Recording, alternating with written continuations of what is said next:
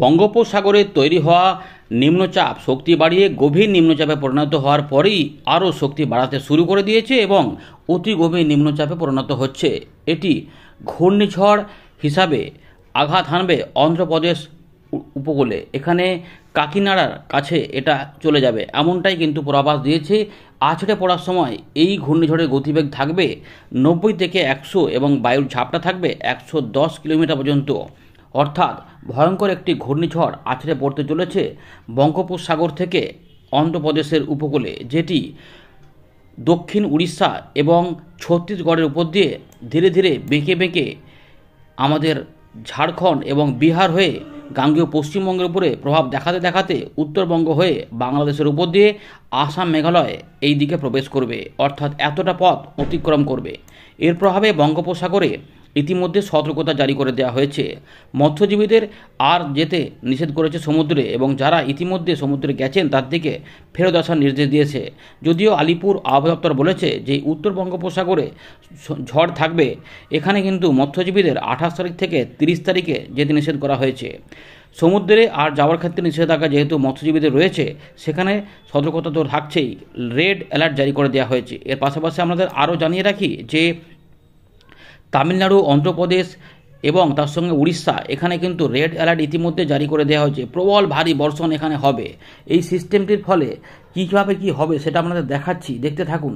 ইতিমধ্যে আপনাদের আরও কিছু জিনিস দেখাবো, দেখতে থাকুন। ইতিমধ্যে আপনাদের যেটা দেখাবো যে এখানে কতটা এলাকাতে বায়ু প্রবাহ এর ফলে থাকতে পারে।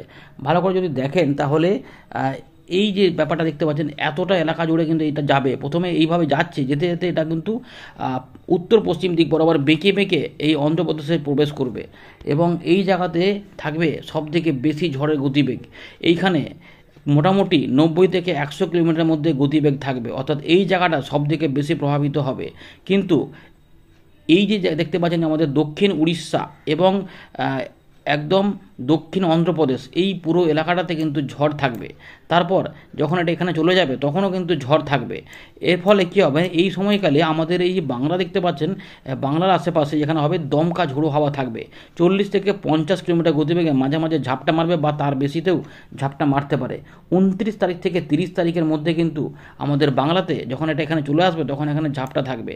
পুরো বিষয়গুলোকে দেখাবো। ইতিমধ্যে দেখতেই পাচ্ছেন যে ভয়ঙ্কর ঘূর্ণিঝড় মন্থা, এটির নাম হবে মন্থা, যেটি থাইল্যান্ড নাম দিচ্ছে, এটি এই দিকে এগিয়ে আসবে।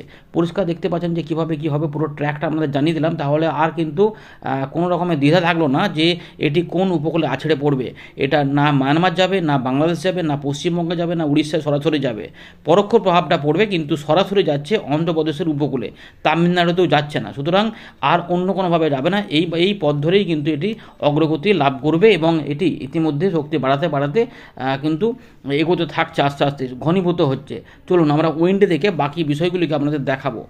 এবারে আমরা উইন্ডে থেকে পুরো বিষয়গুলিকে আপনাদের দেখাচ্ছি। দেখুন, উপগ্রহ চিত্রে আমরা দেখতে পাচ্ছি বঙ্গোপসাগরের দক্ষিণ ভাগ এবং দক্ষিণ পশ্চিম ভাগে রয়েছে এই অতি গভীর নিম্নচাপের প্রক্রিয়া, যেটি আস্তে আস্তে শক্তি বাড়িয়ে গভীর নিম্নচাপ থেকে অতি গভীর হয়ে ঘূর্ণিঝড় হয়ে শক্তিশালী ঘূর্ণিঝড় আকারে এখানে আছড়ে পড়বে।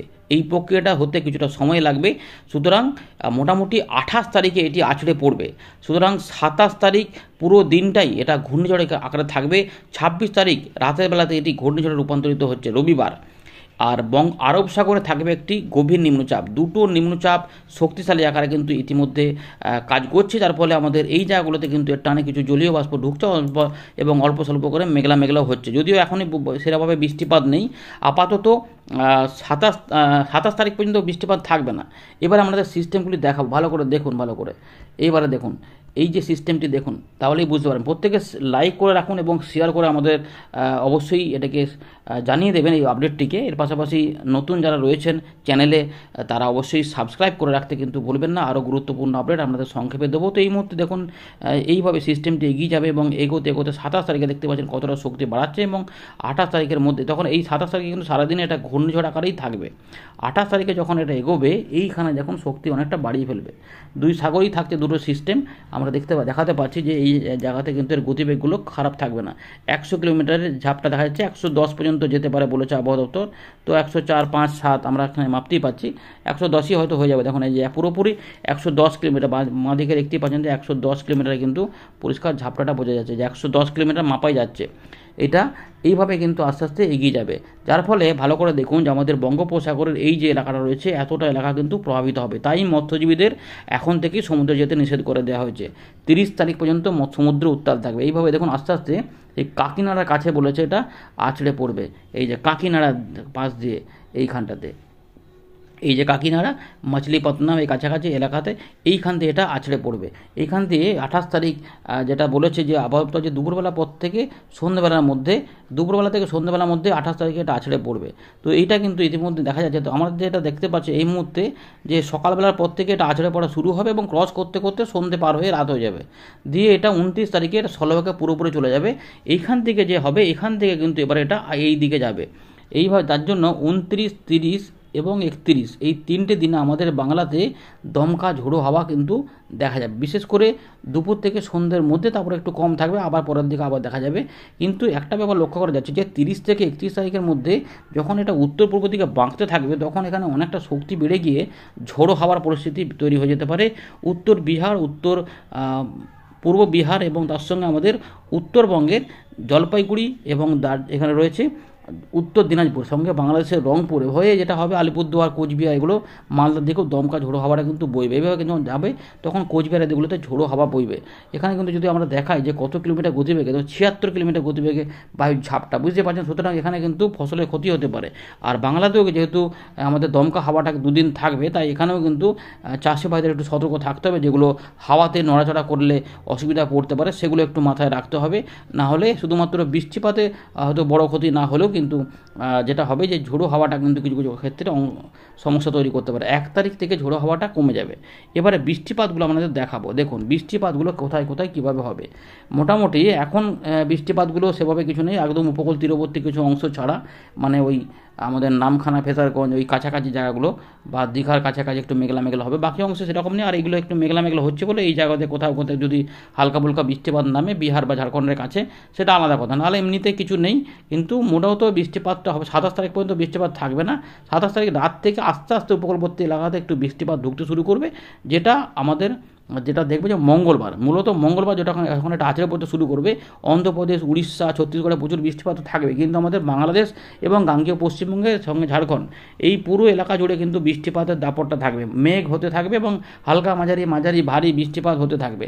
মাঝে মাঝে বৃষ্টিপাত থামবে, মাঝে মাঝে বৃষ্টিপাত আসবে, মাঝে মাঝে হাওয়া দেবে, এইভাবে চলবে। এবং এটা 29, 30, দেখুন 30 তারিখে কিন্তু সারাদিনে একটা বৃষ্টিপাতের, 29 তারিখে একটা বৃষ্টিপাতের প্রভাব থাকবে বাংলাদেশের রংপুর, রাজশাহী, ময়মনসিংহ, তার পাশাপাশি খুলনা, ঢাকা, বরিশাল, এগুলোতে বৃষ্টিপাত থাকবে। চট্টগ্রামের দিকে অতটা প্রভাব হবে না, কিন্তু মৎস্যজীবীদের সতর্কতা অবশ্যই থাকবে। চট্টগ্রামের এই যে উত্তর পশ্চিম দিকে কিন্তু বৃষ্টিপাতগুলো থাকবে। বাংলাদেশ সহ গাঙ্গেয় পশ্চিমবঙ্গে 29 তারিখে এই বৃষ্টিপাত ধীরে ধীরে এবার আস্তে যখন এদিকে সরবে তখন কিন্তু বৃষ্টিপাতগুলো বেড়ে যাবে, এই এলাকার মধ্যে বৃষ্টিপাতগুলো বেড়ে যাবে।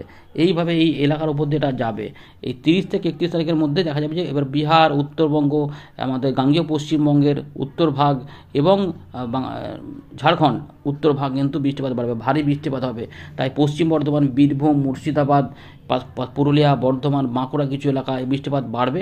এর পাশাপাশি উত্তরবঙ্গের জেলাগুলিতে ভয়ঙ্কর বৃষ্টিপাত বেড়ে যেতে পারে, মানে ভারী অতি ভারী প্রবল বর্ষণও হতে পারে এইখানে, এই জায়গাগুলোতে। উত্তর দিনাজপুর, জলপাইগুড়ি, দার্জিলিং, কালিম্পং, আলিপুরদুয়ার, কোচবিহার, বাংলাদেশের রংপুর এবং আসাম, মেঘালয়ের পশ্চিম দিক থেকে শুরু করে এই সময়কালে রংপুর, ময়মনসিংহ, সিলেট, ঢাকা বৃষ্টিপাত হবে এবং আসাম, মেঘালয় বৃষ্টিপাত হয়ে আসামের পূর্ব দিকে সরে যাবে আস্তে আস্তে। এবং এই সময় সরে যাওয়ার সময় তো গাঙ্গেয় পশ্চিমবঙ্গে 24 পরগনা, কলকাতা, হাওড়া এবং খুলনা, ঢাকা এই সমস্ত অংশে কিন্তু বৃষ্টিপাত থাকবে। সুতরাং ঘুরিয়ে বেরিয়ে বৃষ্টিপাত হবে, তবে বেশি সবথেকে ভয়ঙ্কর বৃষ্টিপাত হবে উত্তরবঙ্গে। দক্ষিণবঙ্গেও বিক্ষিপ্ত হবে, হালকা মাঝারি ভারী মিলিয়ে মিশে বৃষ্টিপাত থাকবে। মেদিনীপুর, 24 পরগনা, হাওড়া, কলকাতা, হুগলি এবং বর্ধমান সহ এইগুলোতে বৃষ্টিপাত থাকবে এই এলাকাগুলোতে। এবং এদিকেও পরের দিকে থাকবে মুর্শিদাবাদ, বীরভূম, পশ্চিম বর্ধমান, সব দিকে থাকবে। এইভাবে কিন্তু বৃষ্টিপাতগুলো চলবে, বুঝতে পারছেন। তো 1 তারিখে খালি হবে, 2 তারিখ থেকে শুকনো আবহাওয়া চলবে, কিন্তু আমাদের মোটামুটি 6 তারিখ 7 তারিখ থেকে তাপমাত্রা নেমে যাবে। 8 তারিখের দিকে 15 ডিগ্রি কাছাকাছি চলে আসবে পশ্চিমের দিকে তাপমাত্রা, মানে পুরুলিয়া, পশ্চিম বর্ধমান, ঝাড়খণ্ডের দিকে পেঁচে একটা জোরালো শীতের দেখা এবারে ধীরে ধীরে মিলতে থাকবে। ধন্যবাদ।